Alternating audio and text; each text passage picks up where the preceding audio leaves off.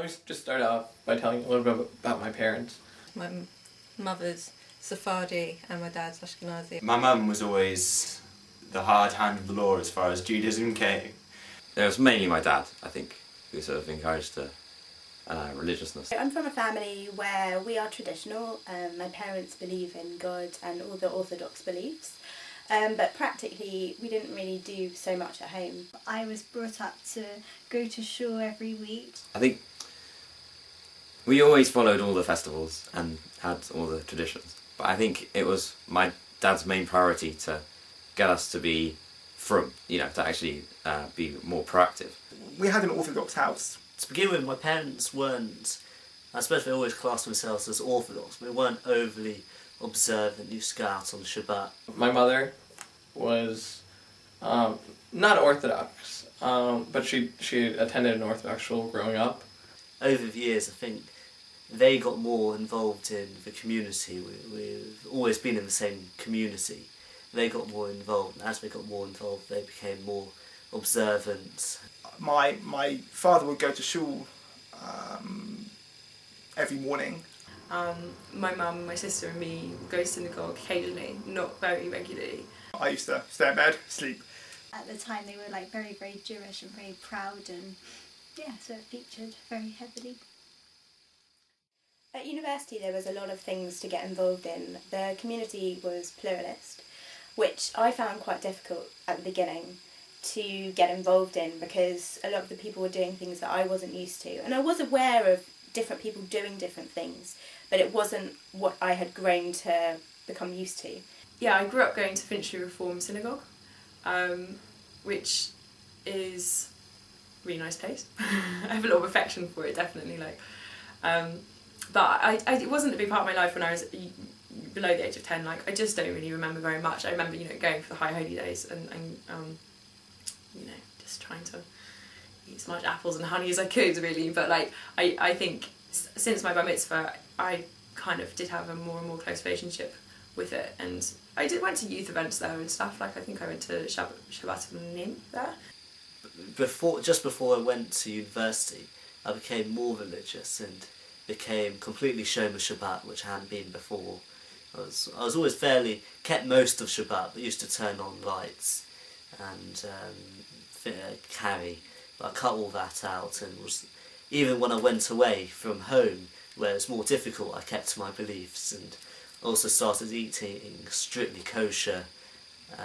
So only even if I went out to eat, whereas before I'd eat vegetarian in a non-kosher restaurant, now I'm starting to only eat fully kosher, and I used to wear kippah out and about.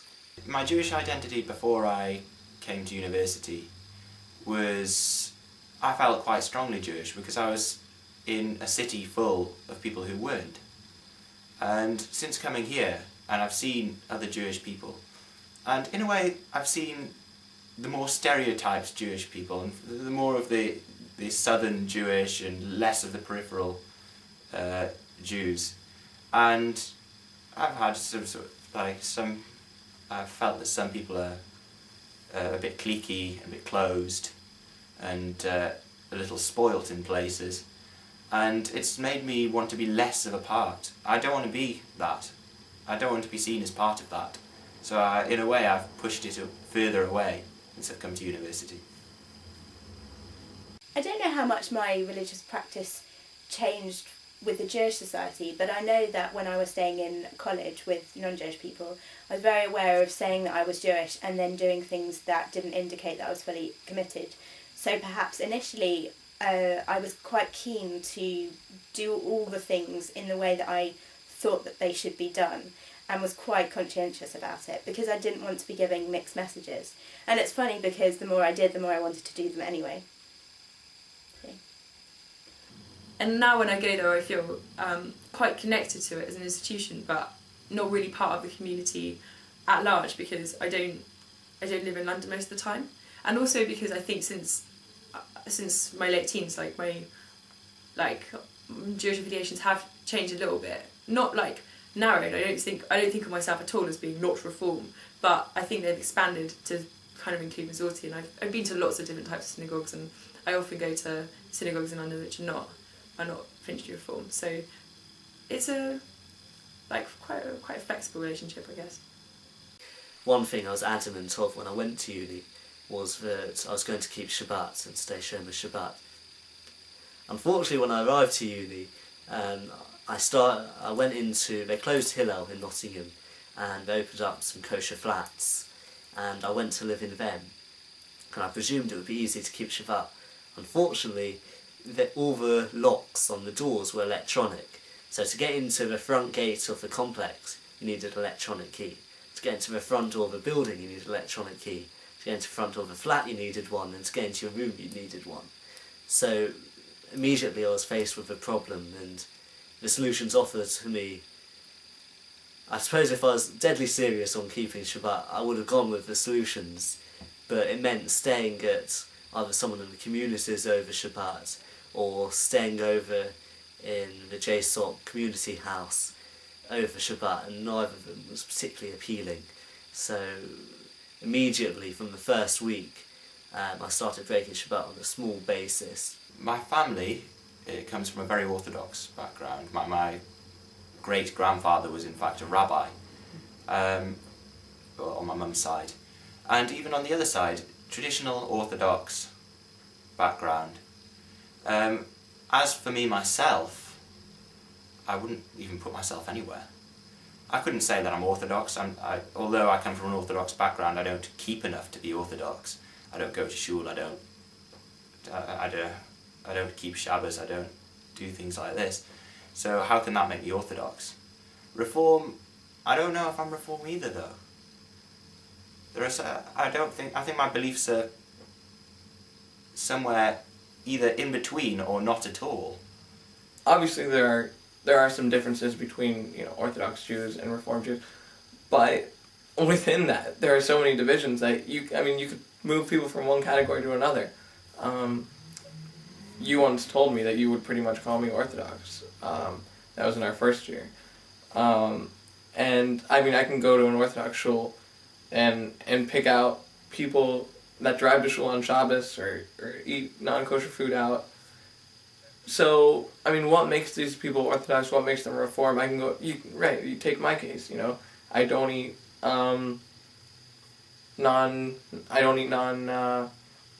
non-kosher meat, excuse me.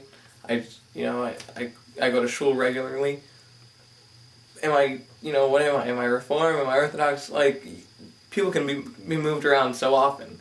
So yeah, there are some differences, but you could move people from either group, so. I'd say another danger is that it may act as a barrier towards nominations if people see that, if you're labelled as, for example, progressive and someone else is labelled ultra-Orthodox, it's sort of, there's this idea that you're never going to be able to mix. That's one way of life, that's another way of life, and that's it. I think that's a shame. I think my idea of Judaism is that it's sort of a unified whole, and ideally that's what it should be.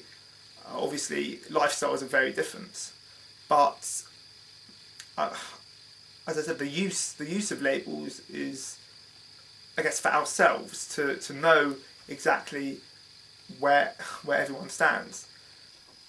I think it has more significance in practical terms. For example, if you're going to join a Masorti synagogue, you kind of know what to expect, because Masorti comes with a number of things that you might take as read that a Masorti shul might do, but a Reform shul wouldn't.